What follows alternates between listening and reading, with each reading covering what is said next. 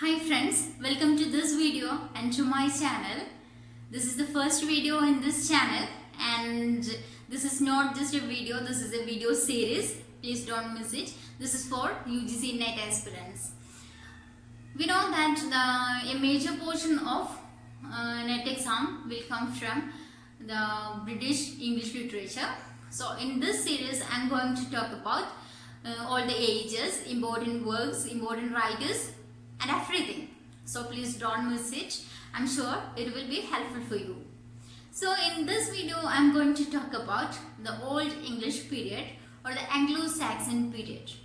We know before going to look into the works, we have to understand the literary background or the historical background of that period, because always the history had influence on the literary piece of works. So first of all we have to look into the historical background. That is, we know that this period starts from the 5th century and ends with the Norman conquest in 1066. This is from historical perspective, and from the literary perspective this period ends with 1150. So when we look into the history, in 4110 they had a German invasion and Angles, Saxons and Jutes came there. They came to there as helpers to defend against Picts and Scots. Okay. Before they came into Britain, there were Brythons. Brythons are the actual inhabitants of Britain. So these people came to there, and the Angles were the majority. So later the word England came from the Angle land. From this word Angle land, the word England derives. Okay. So when they came, they started living there and they become the inhabitants of Britain. So after all this, they started Christianization. Before that, the actual inhabitants were the pagan religion. Pagan religion means they worship the old gods. Okay. After that, they started Christianization, and they in the poems we can see, or in the literary piece of works we can see such influences. That is, in the first or in the beginning, the works, the poems were deals with the theme of pagan origin, and later came the influence of Christianity. So this is about the period. When we think about that period or the period in the perspective, in a literary perspective, there is not much important things happen. That is, it's a period of wars, and they can't write more. So when we look into the works, the first work is Beowulf. Okay, we know that Beowulf is the first epic or the first English poem, and the interesting thing is that the authorship of Beowulf is still unknown, and even the name Beowulf is given by the readers. When the readers found this manuscript, it doesn't have a headline, and later they gave the name Beowulf. Okay, we can look into the story of Beowulf. There is no need of a detailed description, and it's nearly impossible because it has a lot of episodes. We can't explain all those. So we can look into the outline structure of that story. When the story begins, Beowulf was sailing to Denmark to rescue the Danish king named Hrothgar. At that time, this Denmark was in trouble because there were a monster called Grendel who was troubling their life. So Beowulf go to rescue them. When Beowulf reached there, they had a fight between Grendel and Beowulf, and in that challenging fight, Beowulf killed Grendel. In the next day, Mother Grendel came. That is, the mother of Monster Grendel came to take vengeance, and she killed one of the elders of King Hrothgar. So there is another situation for a fight, and Beowulf was ready for this fight also, and he followed her to his zombie home.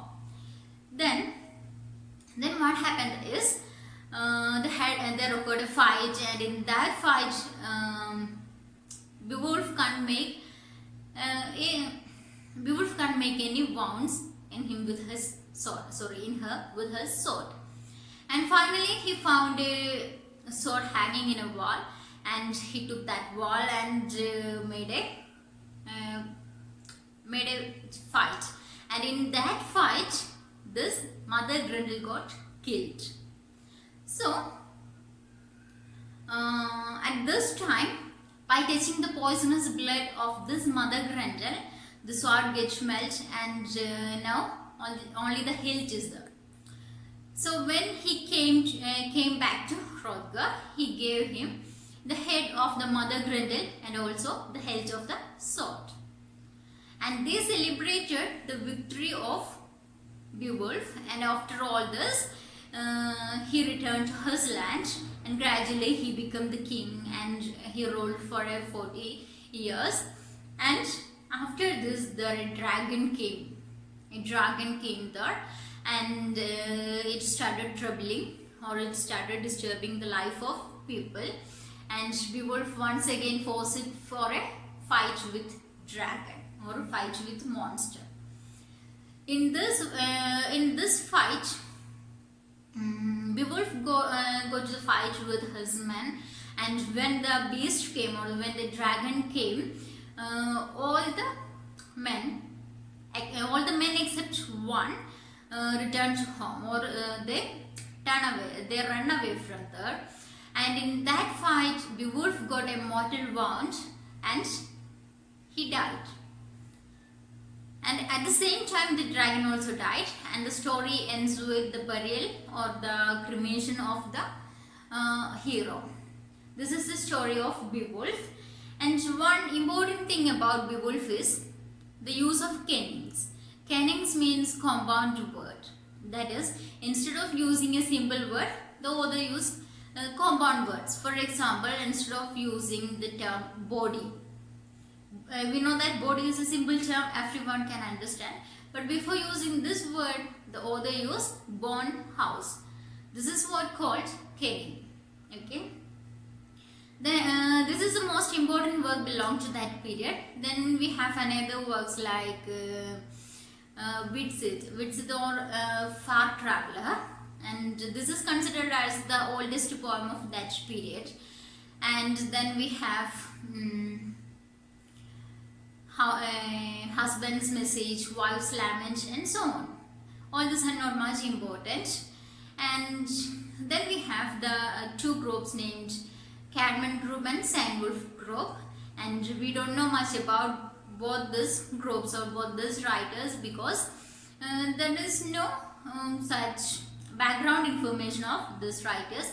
We know the name from the works itself. That is, at the end of some works, they were signed in a Roman letter with their name. Because of that, we got their name. So this is about the poetry. And one important thing is that there is 4 manuscripts survived. That is, first one is Beowulf, then Julius, then Extra Book and Vercelli Book. These are the 4 manuscripts, and all these books are now preserved in museums. Okay, this is all about poetry. Then when we look into the prose section, in that period, prose didn't have much importance, or there is no such production in the prose field.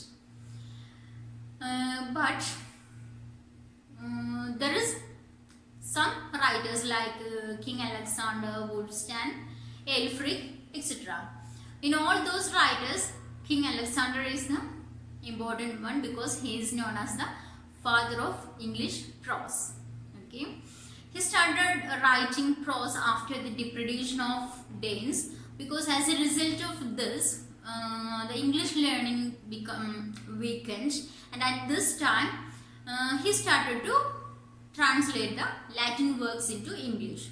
Sometimes he translated these works by word, and sometimes in a free manner, that is he read those works and he got the idea, and later he started writing in his own way.